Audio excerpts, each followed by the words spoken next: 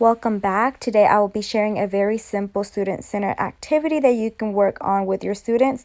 All you need is scissors, a pen, and cardstock paper to print your activity on. Let's get started.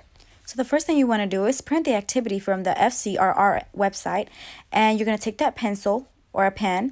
I wrote the name of the object on the back just so my kiddos won't get confused.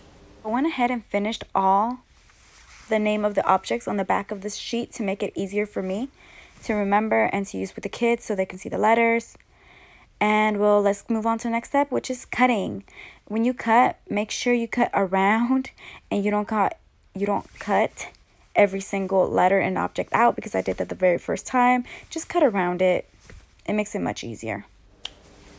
Okay guys, now that we have them all cut out, let's move on to the fun part. We're going to start with the first letter, which is the start. I'm going to ask the kids, so what sound does that picture make?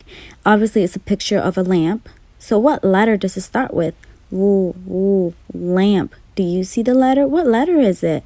It's L, it's L. So we're going to look around for the cards. Which one is the L? Let's look at it.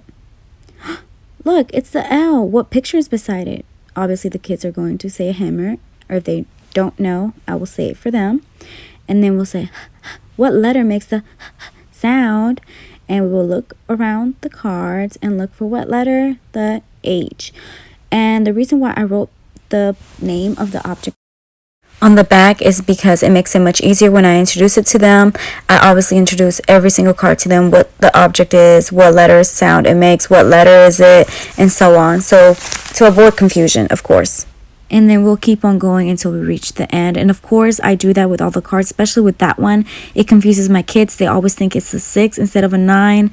So I write it down on there. And of course, we can just look at the letter and tell. But at that age, it's important for us to explain to them what the picture is. And that way, we just avoid any type or sort of confusion, of course. And they're very easy to store. You can put them in containers. I personally have mine in the basket. And of course, until you reach the end, I put them in a basket. You can put them in Ziploc bags. You can put them in containers, test card containers. You can place them basically anywhere, wherever they fit. I do use cardstock because they last longer with cardstock paper. And that's all, friends. Thank you so much. Don't forget to subscribe, hit like, comment below, and I hope you enjoy this intervention. And below, I've attached the website to the activity.